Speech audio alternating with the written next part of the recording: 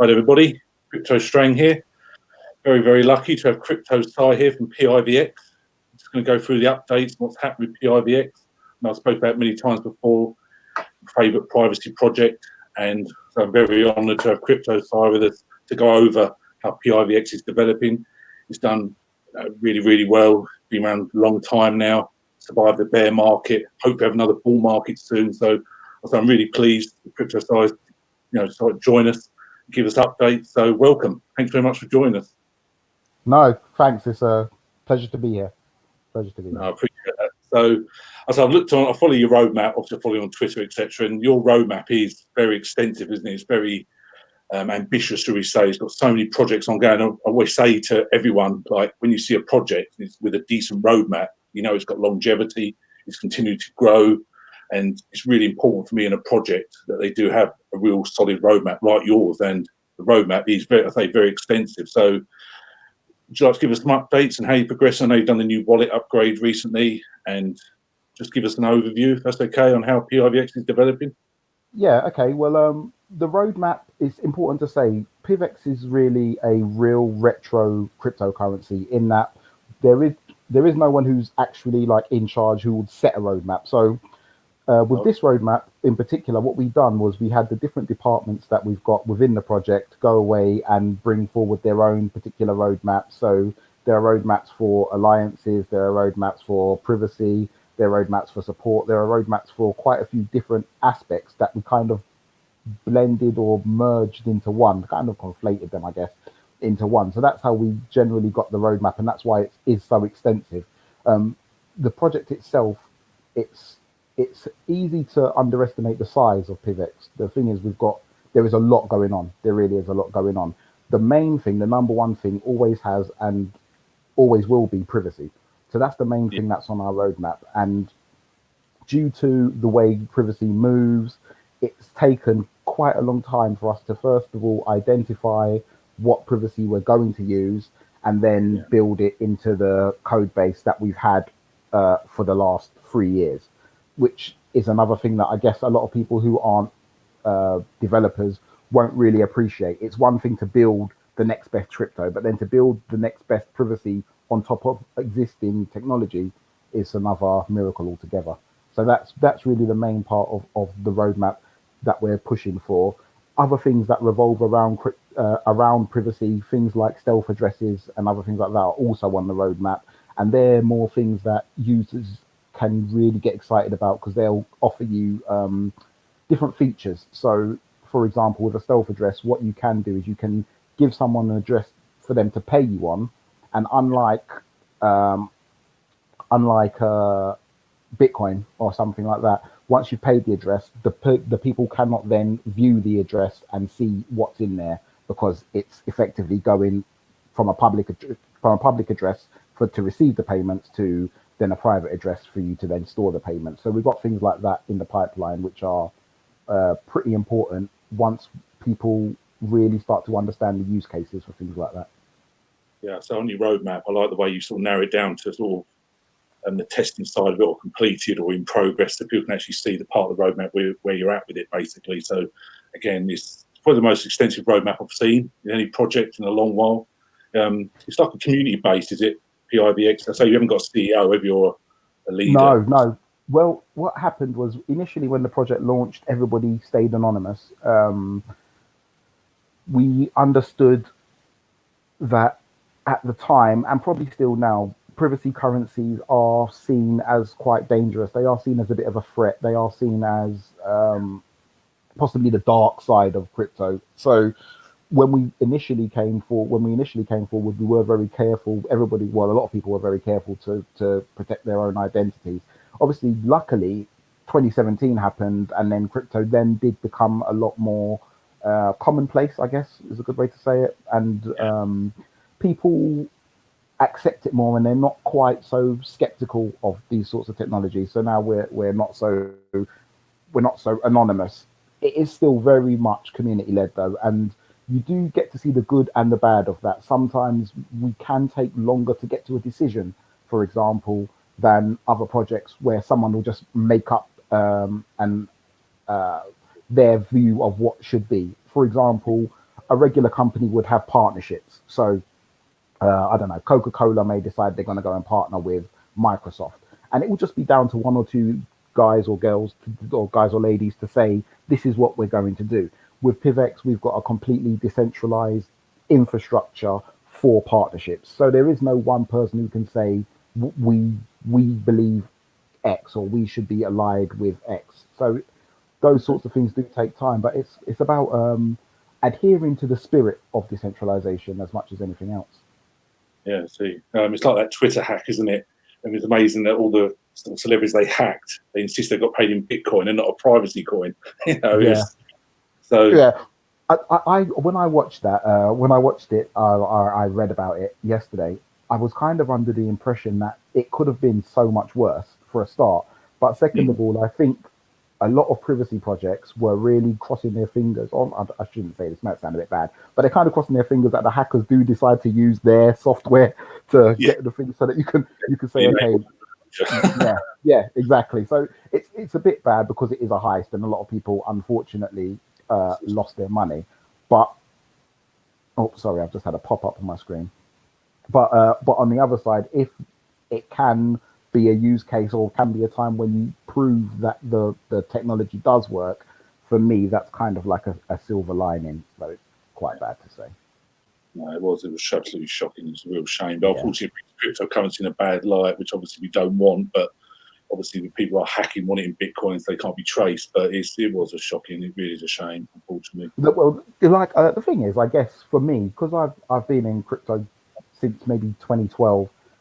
Crypto has been in a much worse light than a Twitter hack. So these sorts of things for me, they're kind of like, well, you know, it was worse when people were buying guns and drugs and doing this sorts of people trafficking, and that was probably worse. But now the odd hack, you know, I think we're slowly getting mainstream adoption. I said when I first got in crypto in 2016, everyone thought it was a scam for the first, 2016 when I joined, and I was the only person I knew actually into cryptocurrency. And now a lot of friends, a lot of work colleagues have got into crypto, and now they're actually seeing the reason for it. The mainstream adoption's happening, so I'm really hopeful for crypto long term. So, so it's a great moment.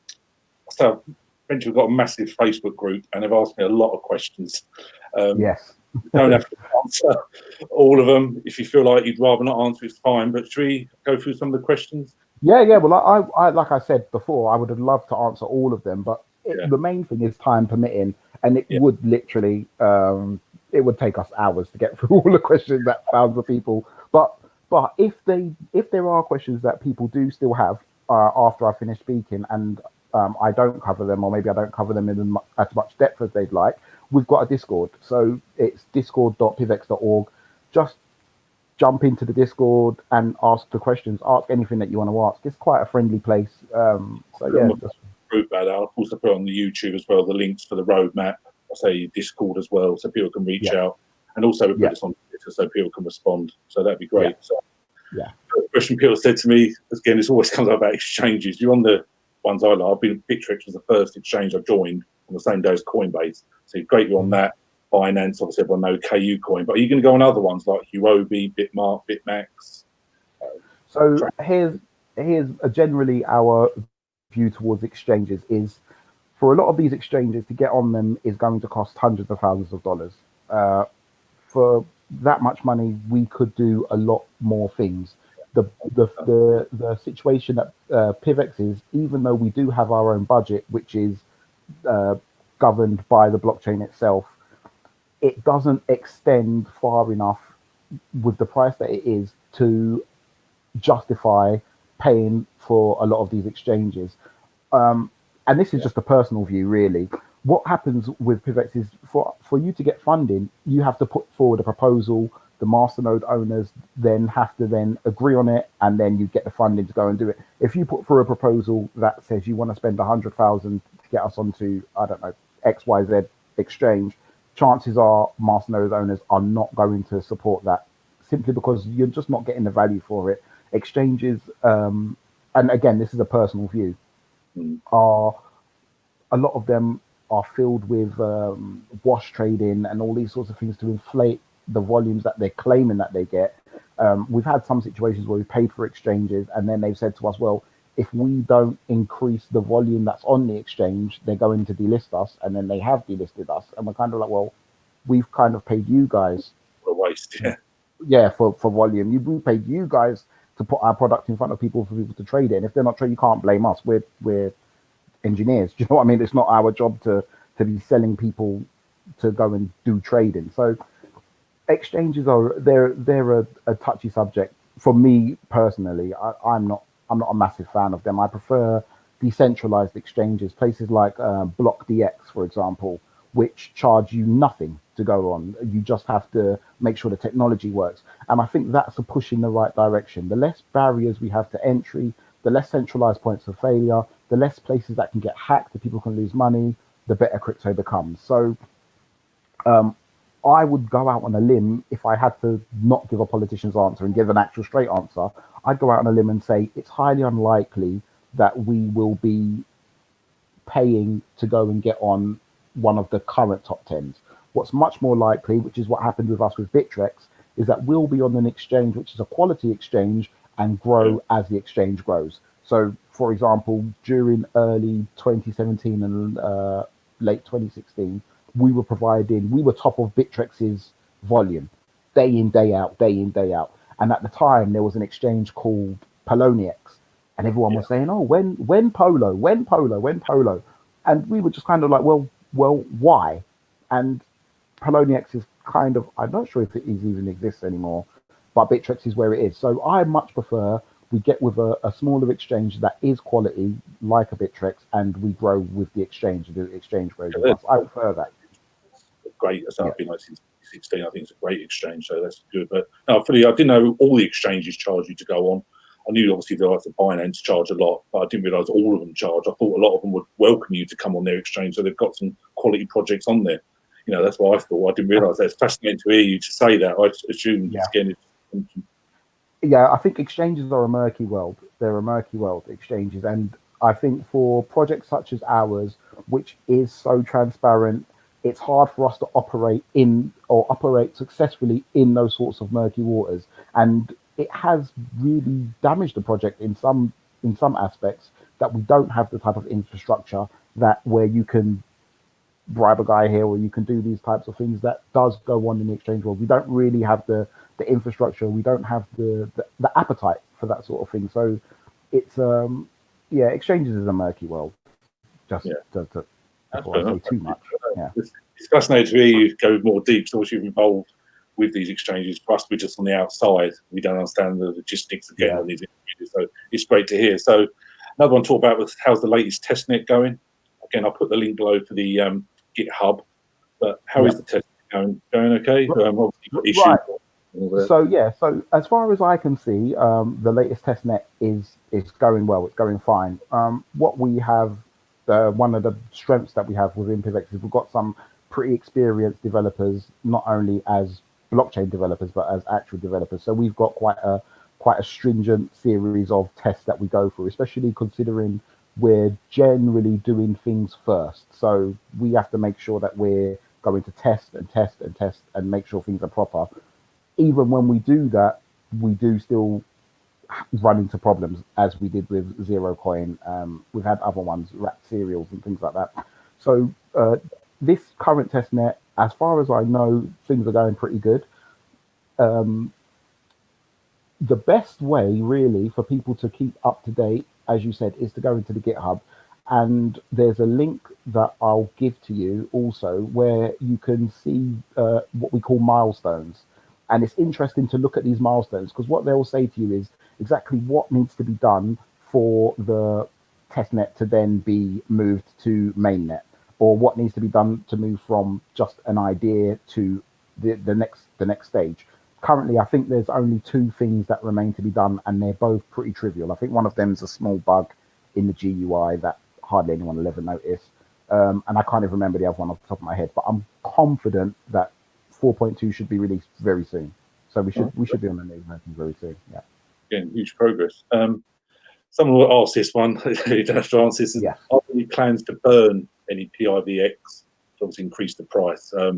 Again, a lot of the questions are about price, I'm afraid, is people.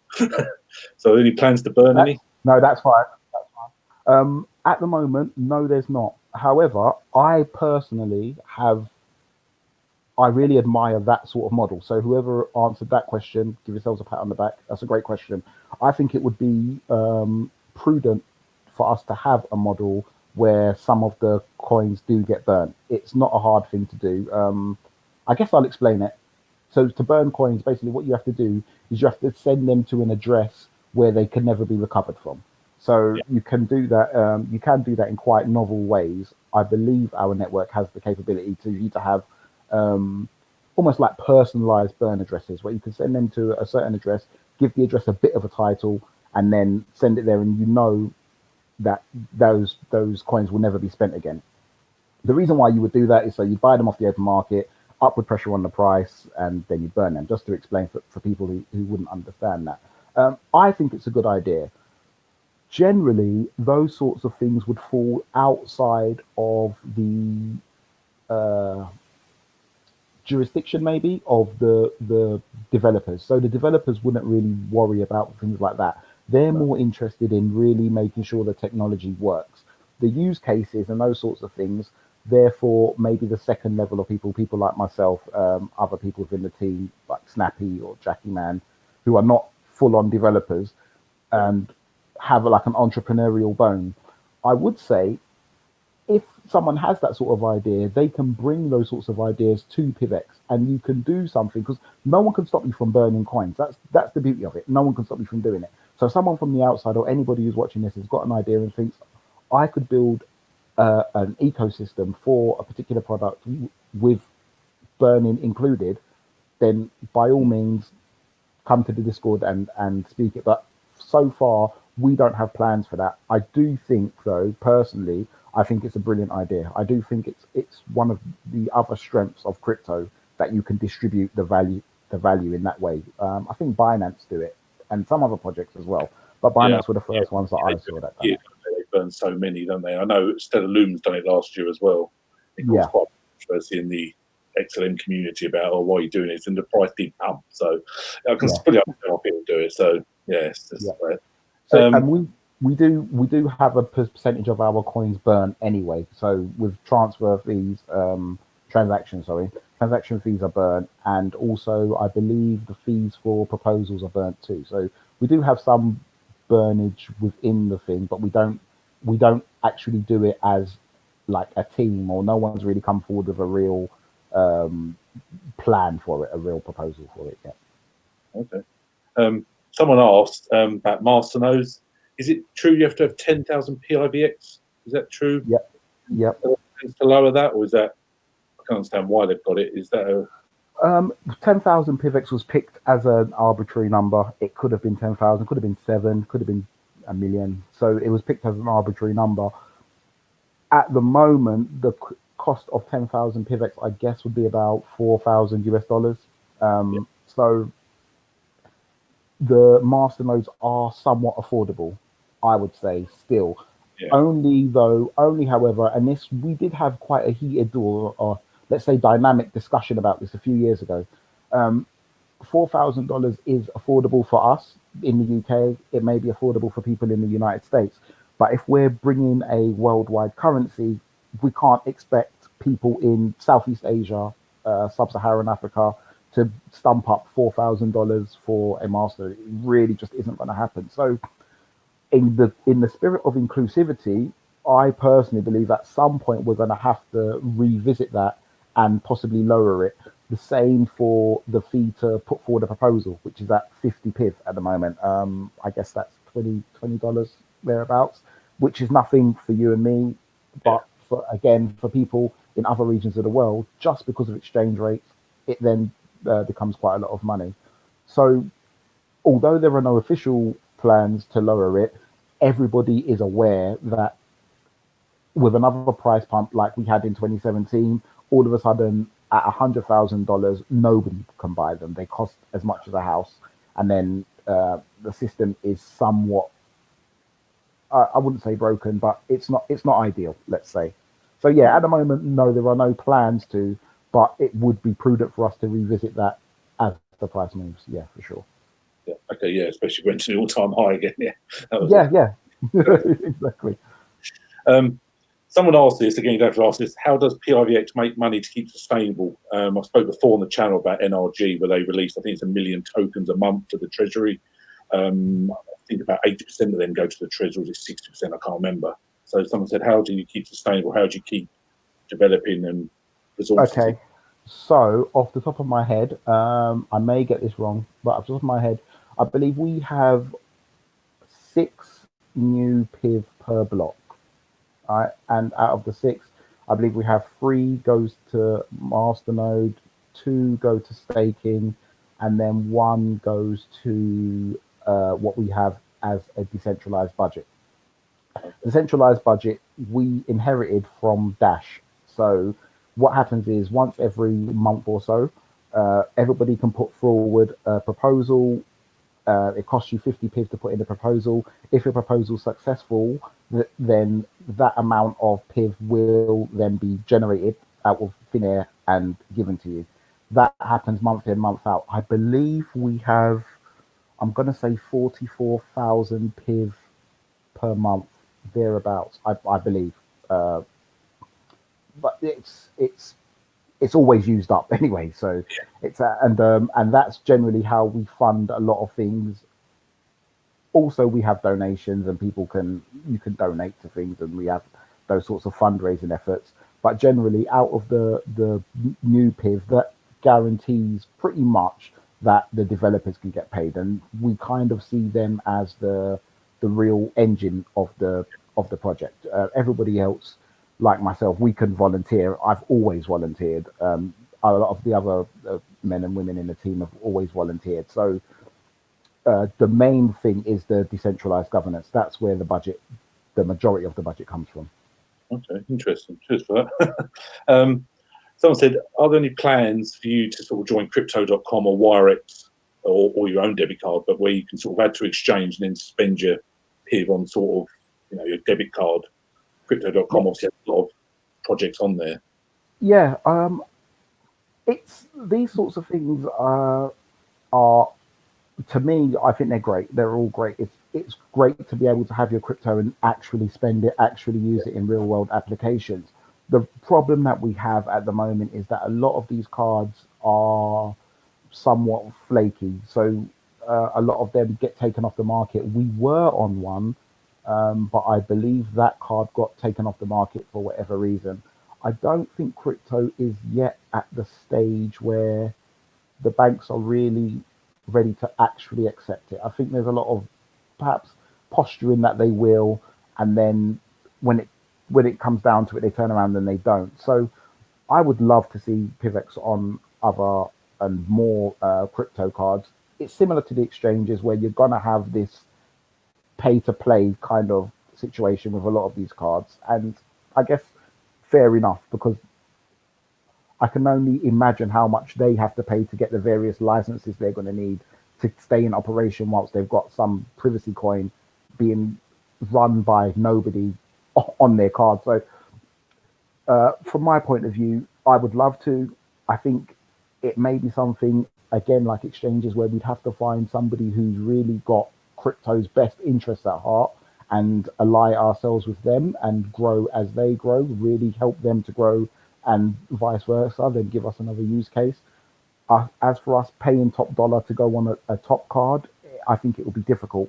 Another thing with these top cards is they tend to go for what's currently fashionable. Due to the way crypto is at the moment, there are a lot of projects that are in the top 5. Litecoin, for example, which has got next to no development on it, but it will get onto one of these cards immediately. There's nothing really new happening on it, but because it's up there and it's public and it's well known and it's got a lot of traded volume, they're the type of projects that will get on the cards, and that's what makes it a lot more difficult for some of the real crypto projects like PIVX, for example. Yeah, I say BINANCE bring out a card next month, I believe. Good. Just in the UK. So I just say I don't know how they've got them licensed. Again, it's probably a third party like Crypto.com. They've had to go for another company to get it, or they've gone direct. I can't imagine they've gone direct to Visa. I don't know.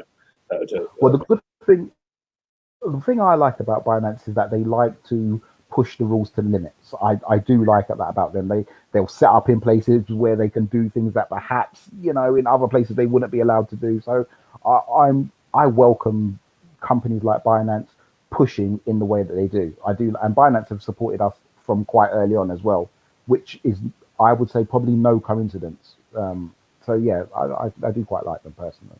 Incredible, it's only been around 3 years. Yeah. So someone said, obviously PIVX survived the long bear market. Moving forward, how are you going to stay ahead of many other privacy coins? You know, I've done videos before. There's so many privacy projects, and it's a real strong field, isn't it, out there? You're under a lot of competition, aren't you? So Yeah. how would you plan to sort of break into the top 100, for instance, and how are you going to develop? You've already sort of covered that with all the developers you've got, but yeah, I think privacy is it's almost like a lifestyle, but it is such a deep area of crypto that you can really get lost in it. With other privacy projects, Zcoin, Zcash, I tend to not use the term better, because they all have their merits and they all have their pros and their cons. I'm a massive fan of Zcoin, massive fan of Monero, massive fan of Zcash, in the same, like, for different reasons. I think with PIVX, I think the main thing that we have over them, if it's not the privacy, because people will always argue about which privacy is best for various reasons. For example, we may say with our new sapling, we'll be on mobile very quick. And then another project may say, well, the Zcoin version is better because they have no denominations, or this one's better because you can then audit the chain X, Y, and Z. But there'll always be, it's kind of like a Coke versus Pepsi at a certain stage. I would say the top level privacy projects, they have a level of privacy that chances are the transactions you're making are not going to be able to be traced, regardless of who it is in the world that's trying to trace you. And I think once you're at that level, I'd say better is kind of irrelevant. You're really looking at nuances in the actual product that you hold, the actual project that you invested in. And I think with PIVX, what we have is we have like real retro crypto. So it's very unlikely that we're going to be I've lost the word, maybe pushed to do something that we don't want to do. It's very unlikely that someone will come along and say, well, look, as was the case with Dash, well, look, it's better for your adoption, or it's better for you guys as individuals if you maybe put down the privacy aspect and decide to do something else. That's unlikely to happen with us. And I think that sets us apart from some other projects. Also, we've been around for a long time, so it will be difficult for any project to come along, even like a Mimblewimble or a Grin, those type of projects, which have a lot of marketing clout behind it, and then they've got some real big names behind them. It'll be difficult for them to really stand toe to toe with a project that is as old as ours.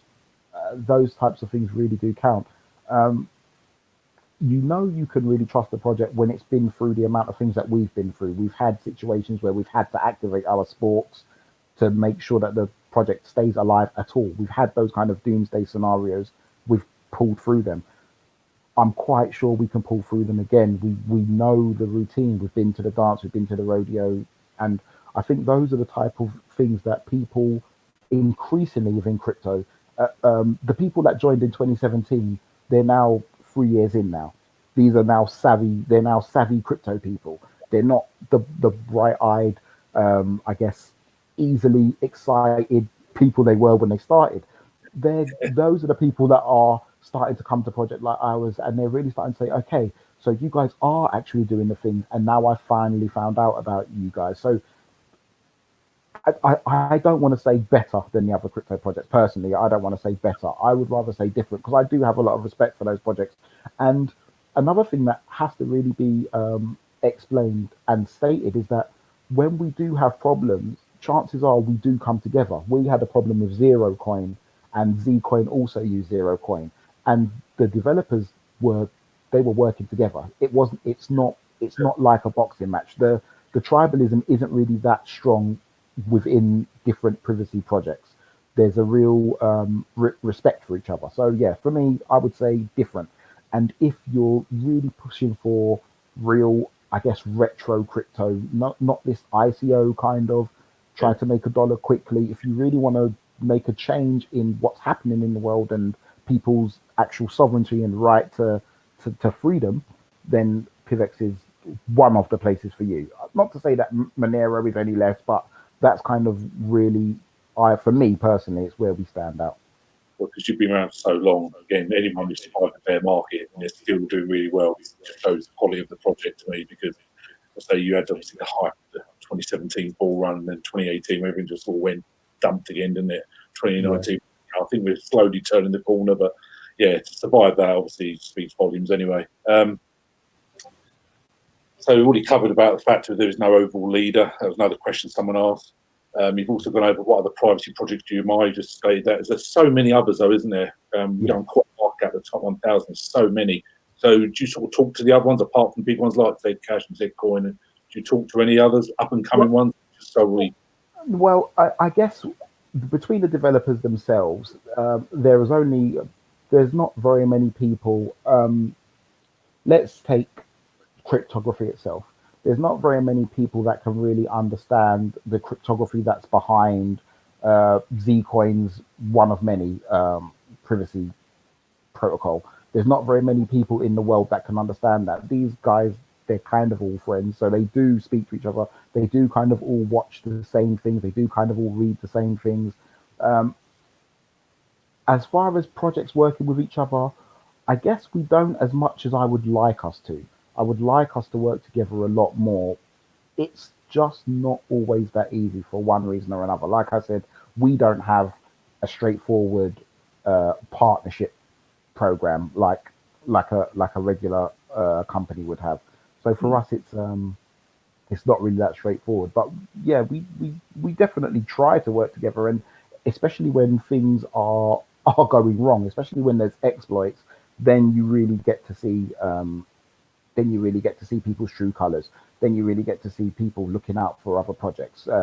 Responsible disclosure, for example, like I said, with the zero coin issue, it could have buried a lot of projects. And luckily, because these guys all worked correctly, all of the projects, Zcoin, in particular, I'd like to say about PIVX, obviously, all worked together and made sure that no one was kind of left in the lurch. So yeah, I guess the projects do work together, yeah.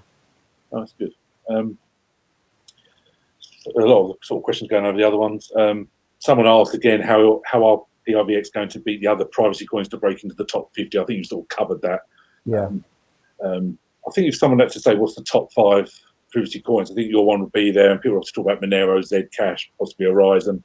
So again, I think as you develop, especially your roadmap, hopefully one day you will break in, be #1 privacy coin. Obviously, that's your goal, I assume. And it's interesting. Another thing is interesting, when you do start to really delve into privacy, you'll find that a lot of the projects are only using one of 3 or 4 different actual privacy protocols, and they may just implement them in different ways. So because we've got proof of stake, our version of Sapling is going to be significantly different to Zcash's, even though they're the guys that done all of the cryptography and put the protocol together. Our implementation is going to be different. So when you say which ones are the top privacy coins, sometimes you can just go ahead and say which are the protocols that you prefer. So we would have the same as Zcash. We previously had something very similar to what Zcoin had. So I guess for me personally, and I'm not just saying this, I'm trying not to be biased. I guess I probably am a little bit. But for me personally, I would argue that once we have Sapling put in the way that we've said we're going to put it in, if we can get to do it as we've predicted we will do it, and I can't see any reason why we couldn't, I would be comfortable arguing with any privacy coin to say that ours is as good as theirs, if not better. I would be comfortable arguing with the guys that are staunch Monero fans. And these arguments they're quite fun to have, especially when you've got a good product behind you. At the moment, I'll probably keep quiet. But once we've got the Sapling in and we're still proof of stake and we've still got the governance, which is decentralized, We still have no leader, no CEO. I think them we're as close to Monero, and Monero are the de facto the best. I'd say probably closely followed by Zcash at the moment, simply because of the power they have with Electric Coin Company and all of the real deep cryptography that they're doing. I'd say we're definitely top three once we have Sapling done. For now, I don't know. But another thing to realize is that with bull markets, they're very strange in that what people forget is that when there's an increased amount of buyers, there's also a decreased amount of sellers, and that generally helps projects like ours, which are a lot more thinly spread, rather than the other projects in the top 100, which I suspect are have a much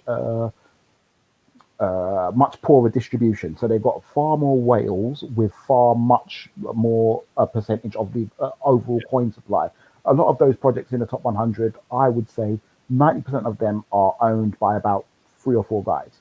90% of those different projects are probably owned by 3 or 4 guys. They'd have 3 massive whales in the, and when those whales decide to cash out, it's finished. With PIVX, we don't have that. We've got maybe 1 or 2 guys that stand head and shoulders above the rest, but it's quite easy. It's not, I shouldn't say easy, but it's conceivable that the rest of us can outvote them on things. So they don't really control. And when bull markets do hit, that's when projects like ours pump like more than the others.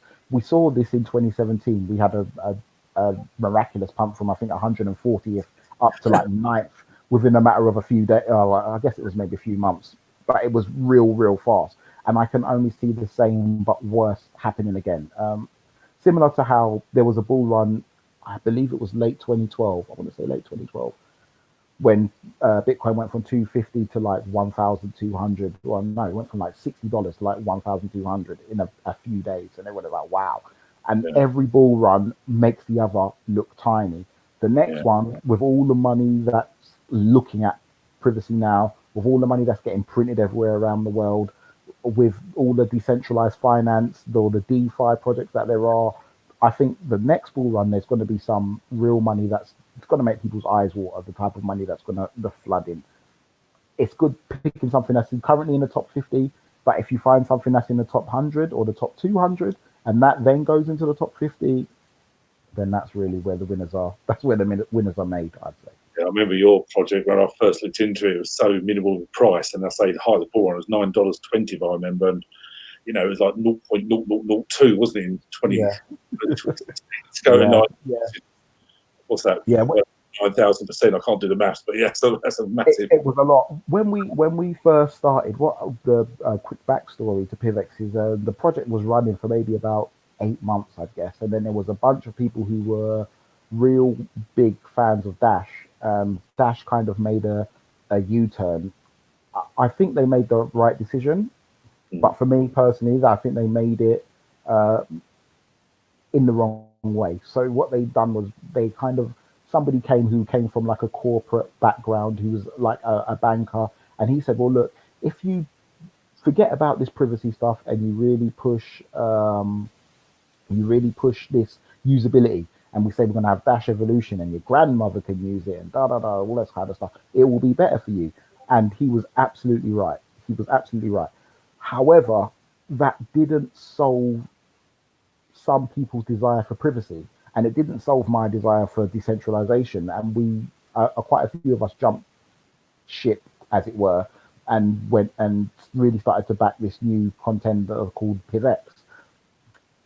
At that point, I think each PIV was maybe a fraction of a cent, really a fraction of a cent, and just purely through our own industry and our own hard work, we really managed to build something that was actually worth something.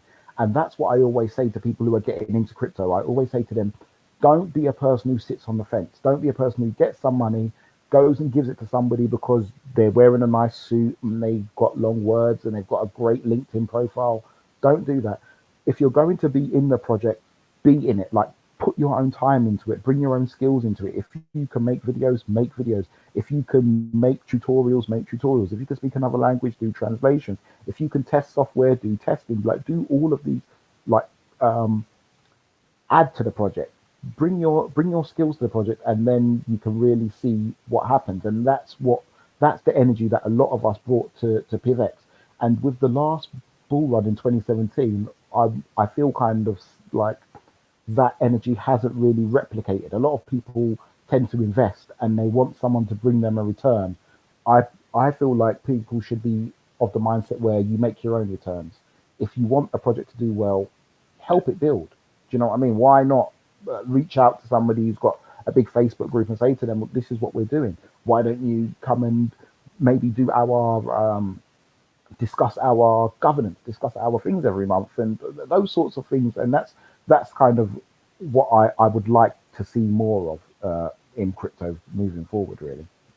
Okay, so you've been literally with PIVX since the start yourself, and you took on more people, or was it just you've been basically Well, moved since the start? yeah, well, I missed the start. I got in maybe about 8 months. So I think it started the start of I think it was like February, beginning of February 2016, and I got there maybe October of the same year. And Okay, during that time, we had the proof of work phase, because we had a phase where it was proof of work where people are supposed to be um, spreading the coins around. So miners are getting the coins and selling them. So just so that the distribution is better than the original guys only okay, being the only ones that have it, like most of the top 100 now. At the end of that stage, it moved to proof of stake. I think it moved to proof of stake after maybe about a year. So when I got there, it was in the last throes of proof of work and just about to move over to proof of stake. And a lot of us, for one reason or another, it wasn't really coordinated. It just kind of happened. And then there was just like a real spark of energy, and the project really took on legs. At the time, it was called Darknet. PIVX was actually called Darknet. We got okay. a real professional branding company from Canada. They came on. People had already said it. Like even me myself, I was like, Darknet sounds a bit, sounds a bit like weed and guns and dark web, and just sounds a bit nefarious. Could we call it something else? We got luckily, and like I said about people bringing their energy.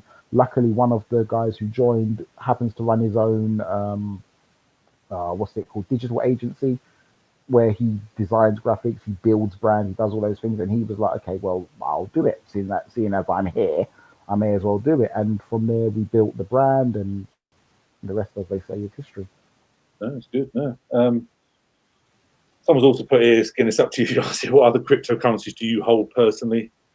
Again, you don't. Uh, It's your personal choice, but yeah, someone asked. I guess I can say the amounts you can guess yourself. Bitcoin, obviously, Ethereum.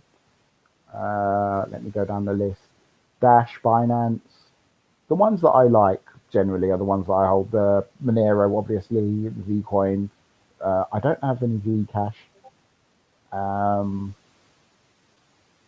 I used to have to. Sentinel. I do like Zcash. I do like Zcash, but for whatever reason, I didn't get. I don't really have a good excuse for not having any. I think I missed it at the start of its life cycle. That's it. It was priced too highly when it came to the market. When it first came to the market, I thought, where have they picked this number from? So I Right, didn't. yeah, So yeah, so I didn't. So I right, didn't buy it. wasn't it? If I remember, before I got into crypto, I think Zcash, one of them was such a ridiculous price, wasn't it? Yes, yeah, Maybe, and that yeah. Because they just picked a number out of thin air. They were like, okay, well, we know we've got the best cryptographers. We know we've got these guys behind with real name brand engineers who have done things in the corporate world as well as the crypto world. So therefore, let's just have this figure. And for me, I was kind of like, well, no, because even Ethereum didn't do that, and they were bound to win even when they announced their programming language. So I think that was why. In fact, I know that was why. That was the reason why I didn't get Zcash, and I've never really looked back to get it again. Sentinel, which is a decentralized VPN, I've got, which I also like. Generally, I generally go for privacy related projects. yeah, fair enough, yeah. I haven't yet got into DeFi. I my friends keep on telling me I need to look into it. I need to look into it. I need to look into it. But The other day, I'm just worried it's a bubble, to be honest. I'm just yeah, wondering if the bubble's going to burst. There's so many projects now, they're all basically the same a lot of them to me, and part of me does think it's a bubble. So yeah. we'll see. But yeah. totally agree with that. The thing with bubbles is that they're fine if you get in at the beginning of it and then you get out halfway through it being pumped up. But now I'm not sure if it's already pumped or not. So I do like the concept of decentralized finance though, and for me, when I first got into Bitcoin, it was the places like Loanbase, I think it was called, BTC Jam, BTC Pop, and they were like places where you could go and give loans to people all over the world. Like a lot of them were going to Venezuela at the time. Yeah, they were really, really interesting. I always thought if some could do actual finance, but in a decentralized way, I think that would be. I always thought that, but are these projects them? I'm not sure. I'm seeing too many of them being built on top of existing chains, which is something I don't like. I like chains to be sovereign. I like if you have a project, your project should have its own chain. If your project is worth having, you should be able to find, I don't know, $100,000 worth of value a year for people to be running miners or staking or making sure that that network's secure. Building on top of all other chains, for me, kind of goes against decentralization, because especially if those chains are only run by 2 or 3 guys, you're just running into the same problems that we've already got with gatekeepers and censorship, things like that, that probably don't exist now, but they're only a few keyboard presses away. So these projects probably do well the next bull run, whatever that is. Then I think some will probably just drop off. They'll just drop off the charts and we won't hear from them again. Some will obviously do. I think the next bull run, I think if it comes within the next year or so, which it should do considering the amount of money they printed for coronavirus, then I think the DeFi projects will do extremely well. I think they'll do extremely well, because people from the banking world are now seriously looking at crypto, and the first thing they're going to look to is the things that they understand, and they understand all that stuff. So for them, I think it would. I think for that reason, I think that these DeFi projects will do extremely well in the next bull run. Whether that's good for crypto or not, who knows? Whenever the next bull run is, whenever. Someone said, are you still sort of running in the Dash Mastercode protocol? You've got plans to sort of run from your own ecosystem? So someone asked. Why are we still running with the Dash protocol? Well, we're actually not now. Dash have changed their masternode system slightly. So they've got something called Dash Improvement Proposal 003, I'm going to say. 003. And that slightly changes the way masternodes run. It makes them, I would say, probably a little bit better. We inherited the Dash masternode code when we forked from Dash, which is where we initially started before we added our own privacy on top.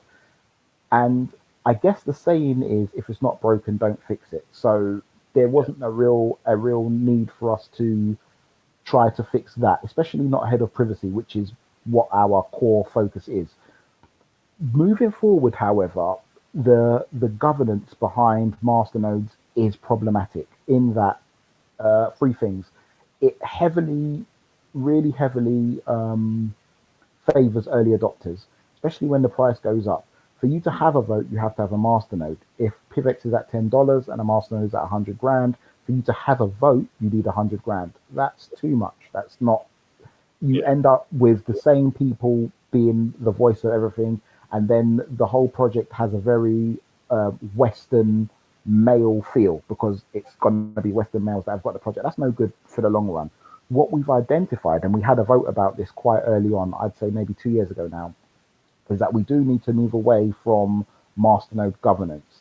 Having masternodes secure the blockchain, I would say Dash have done it really well. There's no reason for us not to move on with Dash Improvement Proposal 003.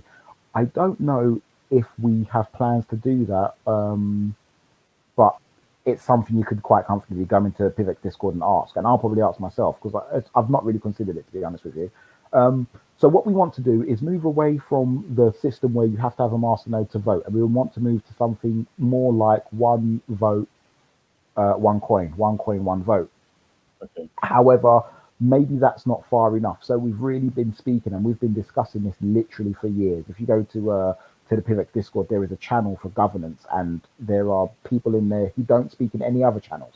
People in there who probably aren't interested in any other crypto. They're just interested in that one thing. How can we find the best decentralized governance system?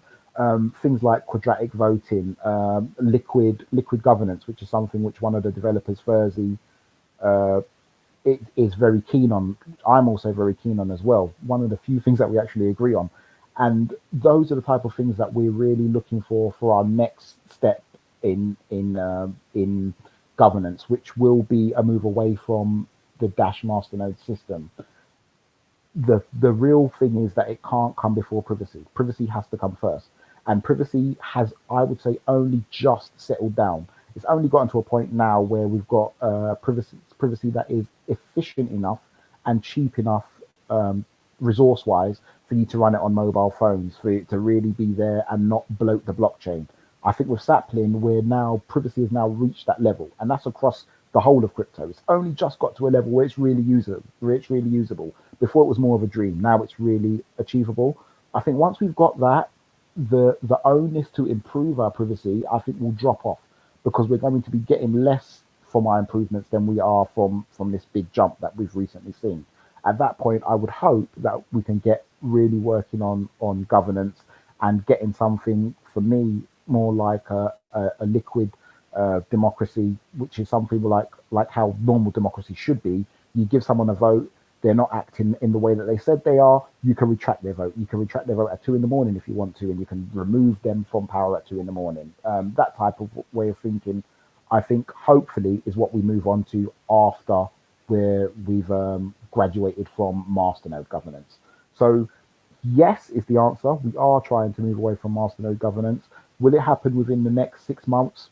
Definitely not. Within the next year or so, possibly. And I would say hopefully. Okay, interesting. Cheers for that. Someone's also put here, where Monero was the first generation privacy coin, you're basically now like the third generation, or you're the one who's sort of progressing, where Monero is sort of now, it is what it is, isn't it? I don't think they've got sort of any sort of plans to upgrade Monero, have they? And everyone sort of says you're like the future. That's what someone told me. PIVX is the future. With some others mentioned other projects like Komodo, for instance. You are the future of privacy, where Monero is like the classic, a bit like Bitcoin. It's the first generation, but it's sort of stuck there, and that's it, really. So, yeah, I think the question, the good thing about Monero, I'll sing their praises now, is that they haven't needed a revolution. Evolution has been good enough for them. Evolution is good enough for them. We're still sitting here, we're still saying that if you argue about the 3 top protocols, Ring CT is one of them. So they for them, they were just there straight away. They just got it right the first time. They found something. They didn't have the usability. They didn't have a GUI for years. They didn't have maybe their transactions were a bit more expensive than they are now, but they've kind of evolved bit by bit. They've evolved, and they are the Bitcoin of privacy. There's no doubt about it. They are the Bitcoin of privacy. So it's the same argument as people previously had about, will Ethereum ever overtake Bitcoin? And some people said it will. I was one of them that would say, yeah, well, Bitcoin's not the best technology. Other technology is going to be better. But the test of time and the value of a network can be linked to the amount of time that it stayed alive. So Monero is going to be a teenager soon. When it becomes that old and it has that much life's history and that much experience, and the people there have that much experience, it's going to be almost impossible, I would say, for an upstart to dethrone it, regardless of what technology it brings, because how can you trust it? You can't. Someone can come along tomorrow and say, for example, PIVX uses something called a trusted setup, and people always say a trusted setup is bad because you don't know if somebody somewhere has colluded to keep these private keys, and therefore they can print coins at will, or in the case of other projects, they can de-anonymize all the transactions. So someone said, okay, well, the next step is a setup which doesn't use trusted setup, where you don't have this ceremony. And that is probably a technical improvement. However, how do you know that that type of setup works? It's only been around 6 months. It's only just been implemented one time. Are you going to put your money in it? I wouldn't. I would maybe put a little bit, but with Monero, it's there, it's trusted, it's established. With Zcoin, with Zcash, with PIVX, they're there, they're trusted, they're established, they've been alive, and I think that really counts. So would we ever overtake Monero? I'm just happy arguing with them, to be honest with you. If we can hold our own in an argument, like an actual argument, not like our community is better than yours, you know what I mean, or we make better memes or anything, like, when people shut, right?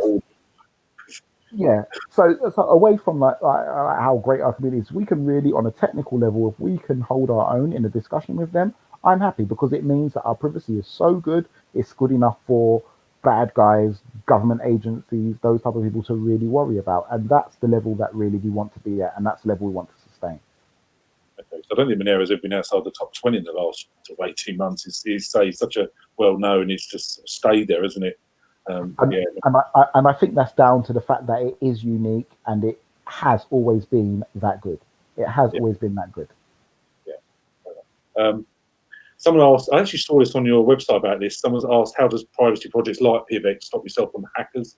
I saw this on your website where you can basically prove that no one can actually hack your protocol. Is that correct? There's actually... Yeah, I think it's basically, blockchains are very difficult to hack. We do have, and we have had before, issues with hackers. How do you stop hackers? There's two ways to stop hackers. The first way is you never change anything. If you don't change anything and you've got something solid, it's not going to get hacked. Bitcoin is not going to get hacked, but that's because they only change tiny things once every year or so. They're not pushing the envelope as far as integrating new technology. It will take them years. It took them years to add SegWit and these types of things. So I'm not really the type of person to say that we can or we should be able to be hack proof.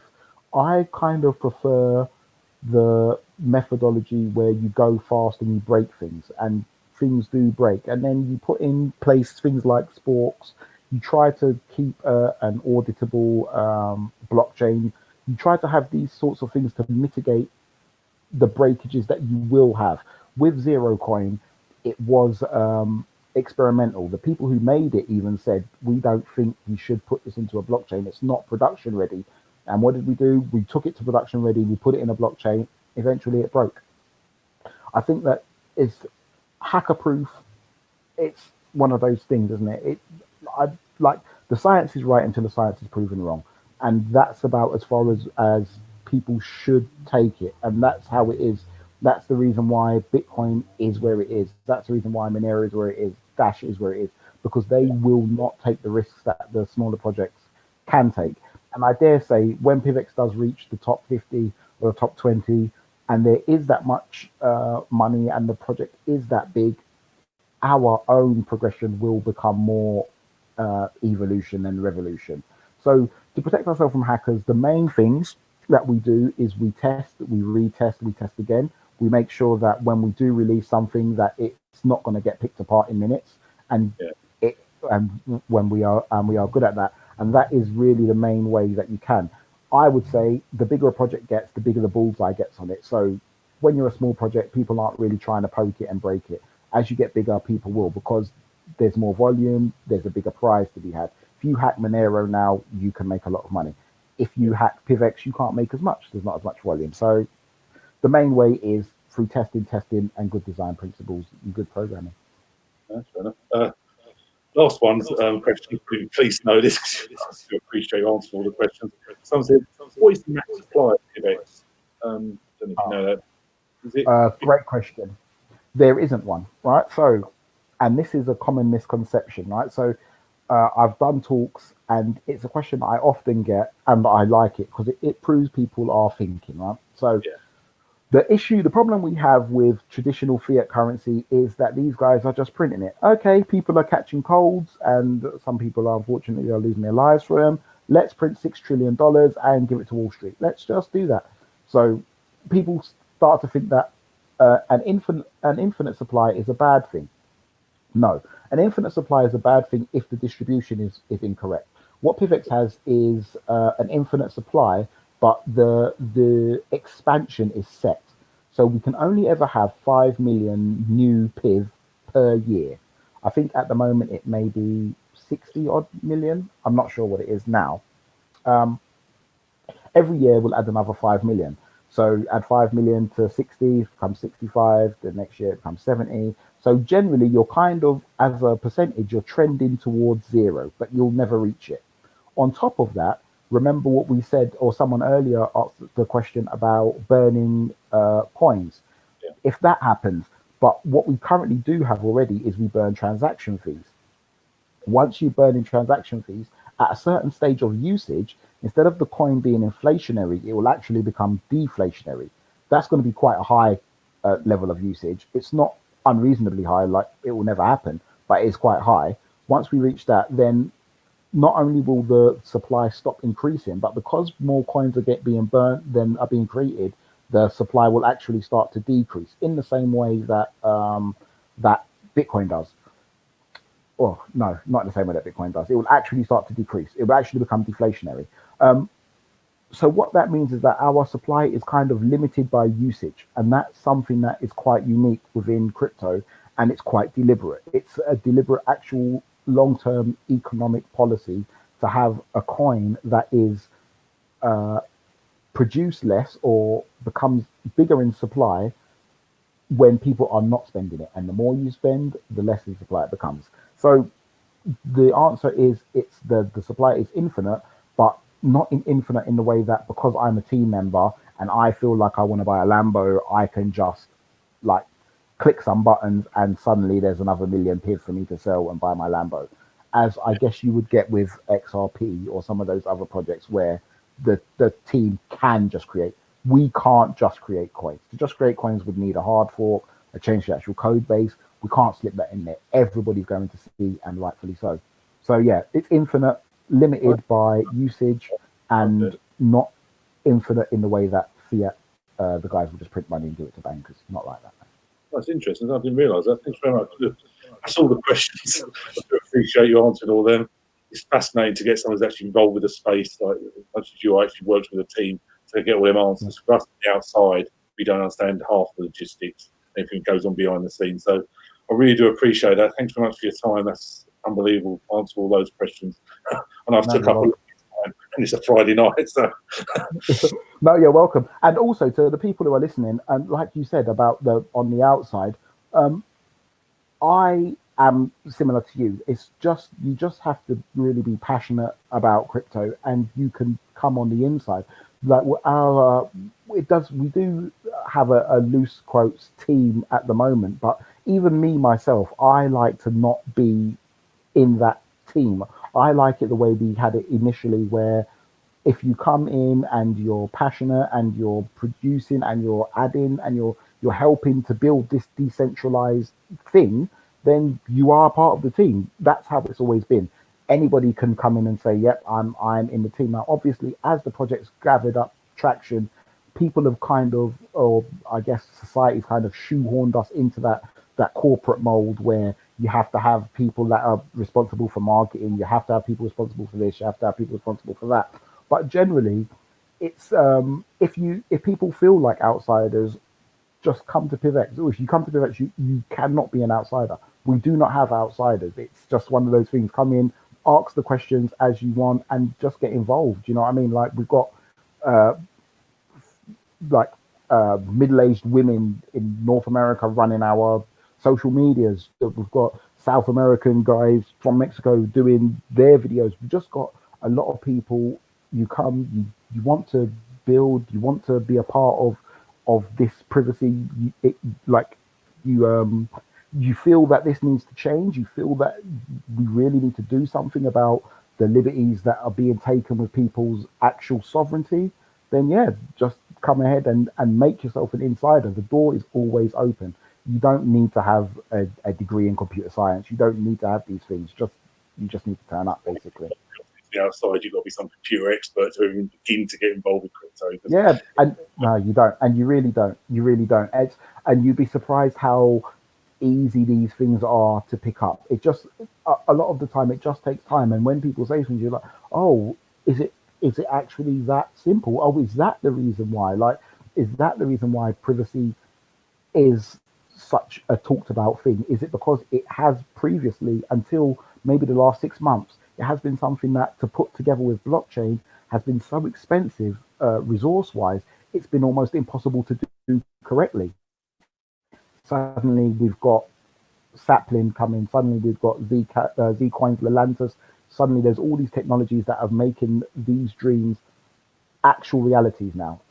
I was speaking with a developer only a few weeks ago, and he was talking about BLS, which is a signature system, and the type of privacy properties that has as well. There's just a lot going on, and it's not something that that is beyond the realms of a regular human being. To do the coding and that and the cryptography, fair enough. Some of that you have to be a special type of person for that sort of stuff. But to get how it all fits together is for the rest of us, the normal people. No, I really appreciate that. Cheers for your time. It's an honour to actually speak to someone, though, I'm not saying you're there, but it's an honour to speak to someone who's actually involved with a project like PIVX, something I've been following for so many years. So I really, really do appreciate the time this evening. Thanks very much. Thanks so much for having me on. And yeah, I hope you have a good weekend, and say hi to all the guys in the Facebook group. I'm personally not on Facebook, obviously, being a privacy guy. I can't. Yeah. I'm not allowed to do Facebook. So, but yeah, I think they're really, really good resources, places like Facebook, where people can come together. So yeah, just tell the guys I said hi. Thanks very much. Thanks so much for your time. No problem. Thank you. Cheers. Bye. Thank you. Bye bye.